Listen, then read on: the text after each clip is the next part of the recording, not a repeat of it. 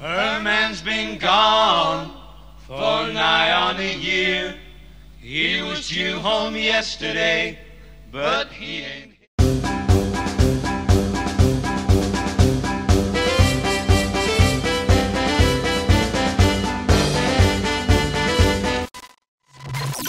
Pleased to meet you. Hope you guess my name. But what's puzzling you is the nature of my game.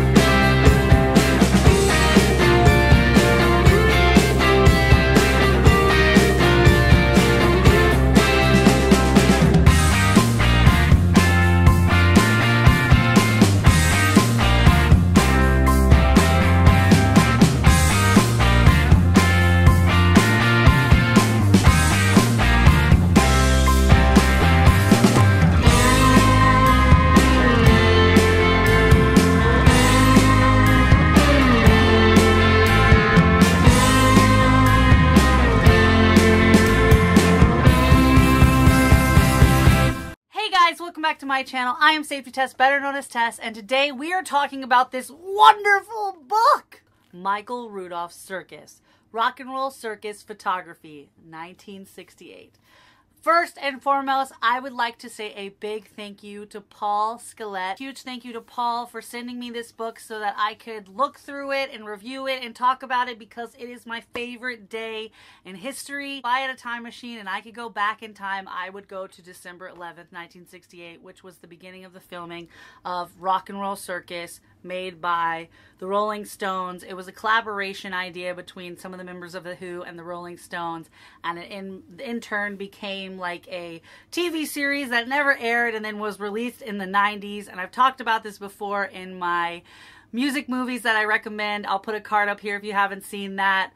It is so incredible. It is so time period. If you want to be taken back in time, this is what you want to watch. I mean, Mick Jagger agrees. He sits behind me and he tells you guys, come on, Rock and Roll Circus. So let's get into a little bit about this book. The reason I was so intrigued by these books and this company and what this stands for is my friend Kristen Summers here on YouTube. She is a mostly Beatles-based YouTuber, and she also talks a lot about older bands like the Monkees, but she's super sweet and she's a big Beatle maniac, and she showcased 2 of these Beatles books with you can already tell this book is going to be wonderful just by the cover. And like you saw in this clips before, it is just so well made and just so beautifully put together. And Paul is a big part of this. He is an artist. He did this art here, and you can see a lot of his art available. I'm going to be linking Paul's art down below if you guys want to check it out. He does a ton of rock and roll based art, but he also just started doing Alice in Wonderland. So if you guys are any type of Disney fanatics or you just love Alice in Wonderland, the story, the way he creates art is almost like reminding me of mixed media, where he takes like a photo and it's almost like all of these papers got stuck together, got wet, and then you peeled them apart and this beautiful thing came out. That is a compliment, Paul, if you're watching. That is a compliment. I love this type of style, and it's seen throughout the book.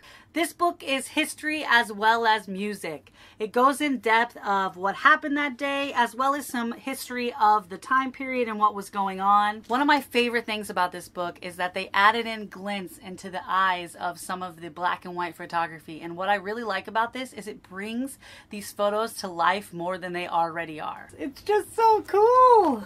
If you're interested in any of these books or the publishing company that releases them, I will have their links down below if you guys like to purchase them or contribute to more ideas and projects that they have along the way. I really appreciate that these books are made for not only telling the story of the day, but research. You learn so much from these stories and these artists and these people who are passionate about similar projects and days in the music world. When I saw Kristen's videos, I was just shocked. I showed everybody. I called my dad, I called my mom, I called my friends, and I was like, guys, did you see these books? They're beautiful. Oh, the Who is so cute. This is my favorite year of Mick Jagger. Just such a good year. Oh, that's one of my favorite photos. Look at this picture of Mick drinking water. Oh, this is cool. This is so weird. Where are my sweet baby children? Yeah. It even has the cool kind of Harry Potter-esque stuff where it has a ribbon attached so that you can bookmark your page without ruining any of the pages. It also comes with a slip cover showcasing some of Paul's art, which I really enjoy because I can slide this on and off without having like an actual book cover that comes off when you open the pages, so it can just go back inside of its home. Look at this. See, that's the kind of page I would be like, bookmark, beautiful, keep forever. I really thought it'd be fun to showcase something different for you guys. If you're interested in any of these books or any of these people, all of the links will be down below. I'll also include links to Rock and Roll Circus, the actual movie, if you're interested in this day, because this day in history was so odd and so real that I would just love, if you just know anyone that has a time machine, could you just take me back to this day, please? If you guys are missing me through the week, I just downloaded the Anchor app and I'm basically back on there doing my old radio host ways. If you guys didn't know, I was a radio personality for 3.5 years and I used to spotlight indie artists. Well, Anchor allows you to put full songs into a station and lets you talk, and it lets you guys call in if you have any questions for me. I can also do interviews on it. I'm just very shocked at the makeup of this wonderful app. So if you guys want to download Anchor, I'll also put a link down below to my station. You can listen to it on your desktop and you don't even have to download the app. The app is free though, and I would love to interact with you guys if you want to call in and leave a question, or if you just want to know or request a song, or be like, hey, I love that Rock and Roll Circus book, can I borrow it? I'll be like, yeah, you can come over to my house. Thank you so much to Paul and to Kristen for introducing me to this book and letting me be part of this amazing limited print movement of wonderfully produced books. But that's all I have for you guys. Until next time, have a great day, a great night, and a great life. I'll see you very soon. Bye!